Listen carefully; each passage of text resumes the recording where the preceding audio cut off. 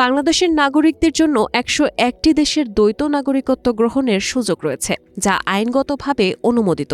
যদিও সরকারি কর্মকর্তা, কর্মচারী এবং মন্ত্রী এমপিরা এই সুযোগ থেকে বঞ্চিত, তবুও অনেকেই আইন লঙ্ঘন করে দ্বৈত নাগরিকত্ব গ্রহণ করেছেন। তবে এদের বিরুদ্ধে বড় কোনো শাস্তিমূলক ব্যবস্থা নেওয়া হচ্ছে না। সংবাদ মাধ্যম কালের কণ্ঠে এসব তথ্য উঠে এসেছে। যাদের জন্য দ্বৈত নাগরিকত্ব গ্রহণ আইনগতভাবে বৈধ, তাদের অনেকেই এই সুযোগ ব্যবহার করে নানা বিড়ম্বনায় পড়ছেন। দ্বৈত নাগরিকত্বের বৈধতা ও অবৈধতার মাঝেও বাংলাদেশের নাগরিকদের মধ্যে দ্বৈত নাগরিকত্ব গ্রহণের প্রবণতা বাড়ছে। বর্তমানে দ্বৈত নাগরিকত্বের সংখ্যা প্রায় ২.৫ লাখ ছাড়িয়েছে, আর সরকারের কাছ থেকে সনদপ্রাপ্ত দ্বৈত নাগরিকের সংখ্যা ৩৪,০০০-এরও বেশি।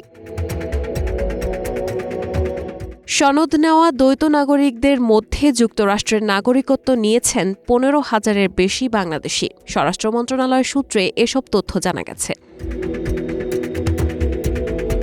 দ্বৈত নাগরিকত্বের প্রতি আগ্রহের প্রবণতা বাড়ছে, কারণ বাংলাদেশে অনেকেই আর্থিক সচ্ছলতা ও উন্নত জীবনযাপনের জন্য এই সুযোগ গ্রহণ করছেন। কিছু লোক এটি গ্রহণ করছেন উচ্চশিক্ষা কিংবা ব্যবসার প্রয়োজনে। সরকারের কাছে সঠিক পরিসংখ্যান না থাকলেও বিভিন্ন সূত্রের মতে বাংলাদেশের নাগরিকদের মধ্যে দ্বৈত নাগরিকত্বের সংখ্যা প্রায় ২.৫ লাখ ছাড়িয়েছে। তবে সরকারি সনদপ্রাপ্ত দ্বৈত নাগরিকদের সংখ্যা ৩৪,১৫৭ জন। এসব সনদধারী ব্যক্তির মধ্যে অনেক ব্যবসায়ী ও উদ্যোক্তা রয়েছেন, যারা আইনের আওতায় বৈধভাবে দ্বৈত নাগরিকত্ব নিয়েছেন। তবে সরকারি চাকরিজীবী বা সনদ সদস্যরা এই সুযোগ গ্রহণ করতে পারেন না।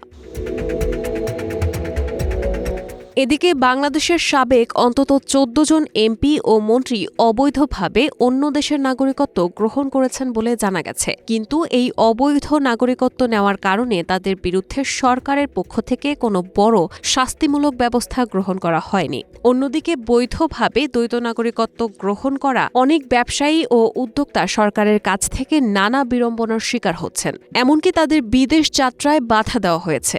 এসব বৈপরীত্য সত্ত্বেও দ্বৈত নাগরিকত্ব গ্রহণের প্রবণতা কমছে না। এদিকে দুর্নীতি দমন কমিশন এসব অবৈধ নাগরিকত্ব নেওয়া এমপি মন্ত্রীদের বিরুদ্ধে অনুসন্ধান শুরু করেছে। তারা প্রমাণ পেয়েছে যে ২৪ জন মন্ত্রী এমপির বিদেশে নাগরিকত্ব রয়েছে।